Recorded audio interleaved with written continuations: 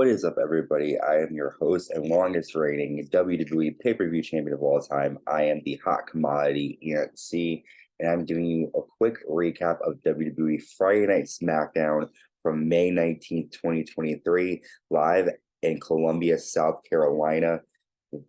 We're so excited because Night of Champions is tomorrow night.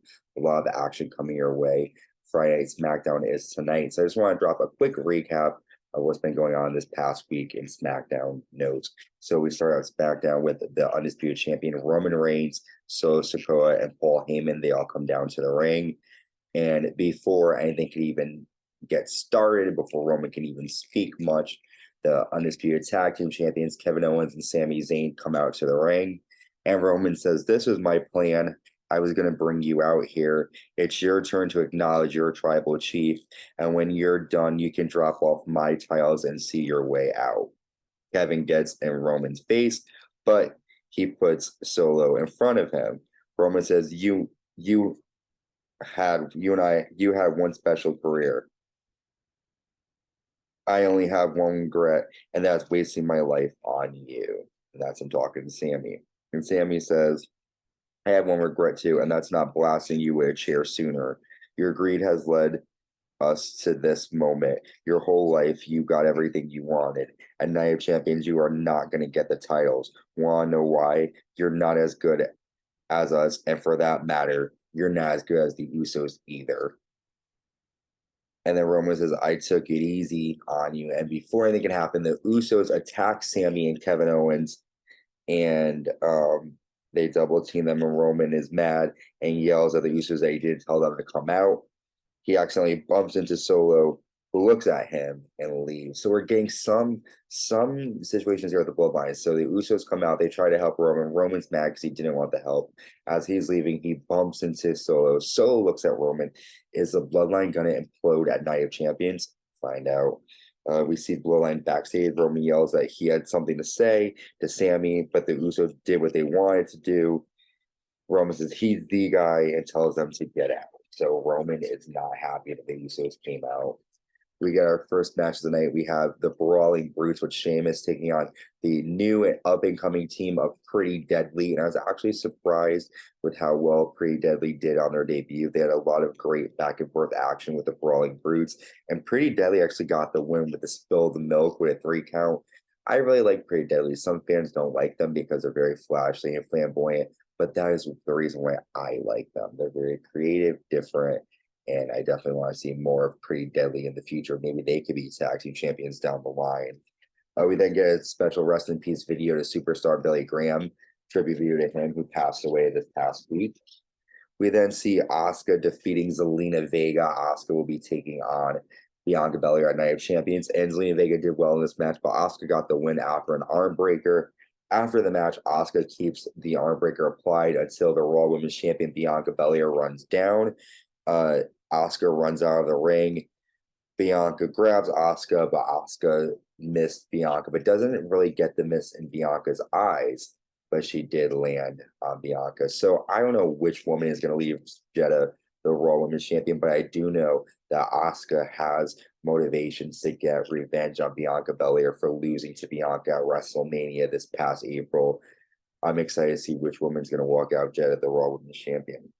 We then get the debut episode of the Grayson Waller Effect on Friday Night SmackDown. Grayson introduces his guest, the phenomenal AJ Styles, who will be going on to take on Seth Rollins at Night of Champions.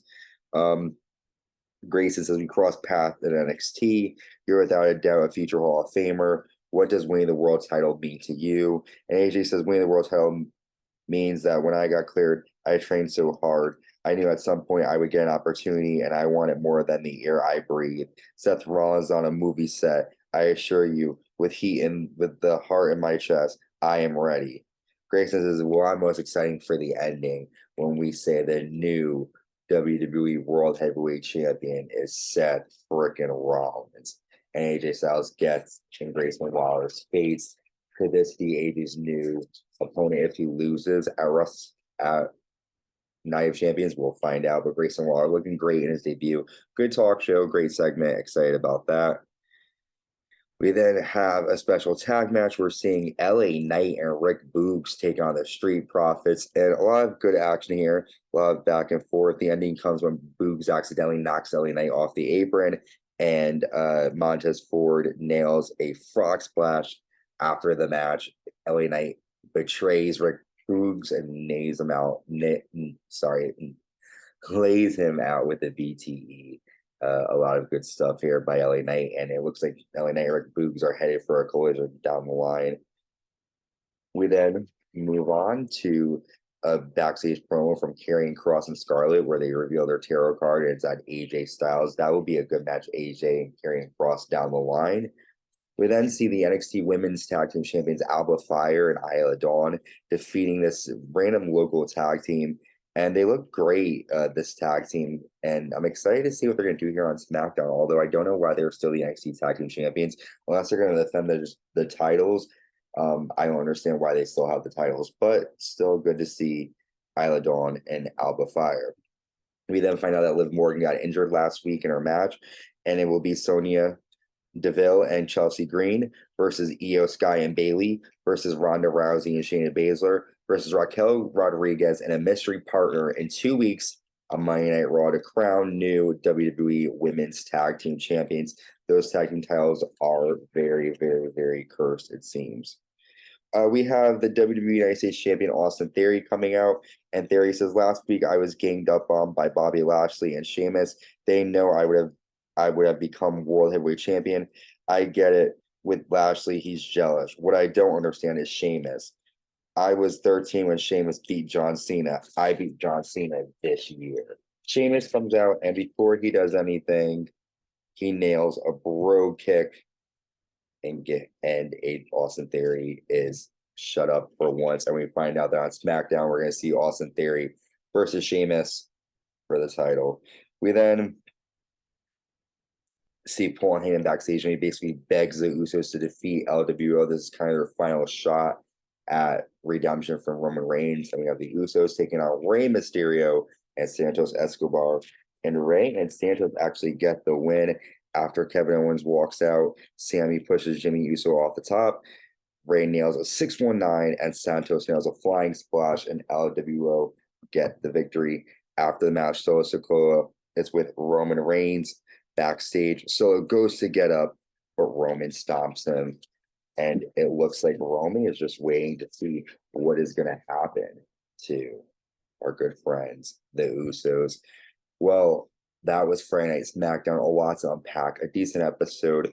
We will be dropping our Monday Night Raw recap next, as well as our next Friday Night SmackDown recap. We have our Night of Champions predictions coming out, as well as our recap for that. A lot of stuff coming your way. Thank you for tuning in, and stay safe and stay uncensored. Bye.